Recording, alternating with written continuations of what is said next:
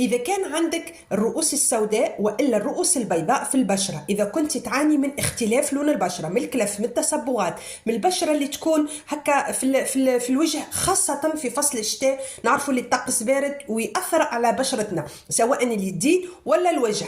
اليوم جبت لك وصفة، صدقوني وصفة مجربة ومزيانة فعالة لتنظيف عميق للبشرة. اليوم مش نعتمدوها للتنظيف العميق للبشرة. مرحبا بالجميع، ان شاء الله يا رب تكونوا الناس الكل بألف صحة وبألف خير. بوصفتنا اليوم شنو عندي؟ انا عندي اشياء، عندي القهوة سريعة الذوبان، عندي الحليب، وعندي صفار بيض، وعندي البنات لهنا المناديل باش نعتمد المناديل في وصفة اليوم. أول حاجة نبدأ بها باش نمزج المكونات الكل مع بعضها.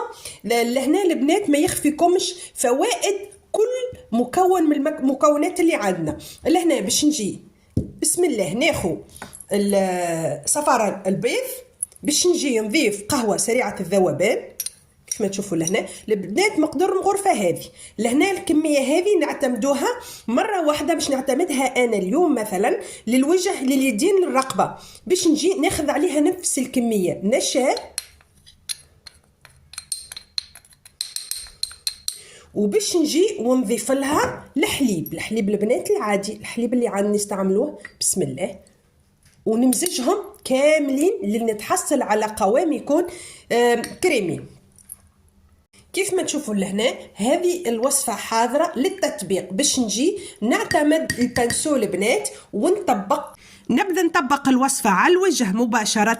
من بعد نبدأ نحط المناديل، نحط طبقة من المناديل، نعاود نطبق الوصفة، نعاود نحط لهنا. تنجمي تعتمدي 3 أو 4 طبقات على حسب يعني لهنا، ومن بعد نخليها للي تجف نهائيا، ومن بعد نبدأ نحيها كيف ما تشوفوا لهنا. ولهنا راح تشوفي بعينيك شنية الحاجات اللي قاعدة تخرج من الوجه ومن البشرة متاعك. كيف ما تشوفوا لهنا رؤوس سوداء، رؤوس بيضاء، البشرة اللي ميتة اللي مش مزيانة اللي هنا تشوفيها تخرج. صدقوني وصفة ياسر مزيانة البنات، نتمنى انكم تجربوها. جربيها مرة واحدة، من اول مرة انت اصلا راح تتأكدي انه الوصفة فعالة. ان شاء الله الوصفة تعجبكم، ان شاء الله ما نكونش طولت في الفيديو. البنات اذا عندكم اي اقتراح خلوا لي في التعليق، اذا عندكم اي ملاحظة خلوا لي في التعليق.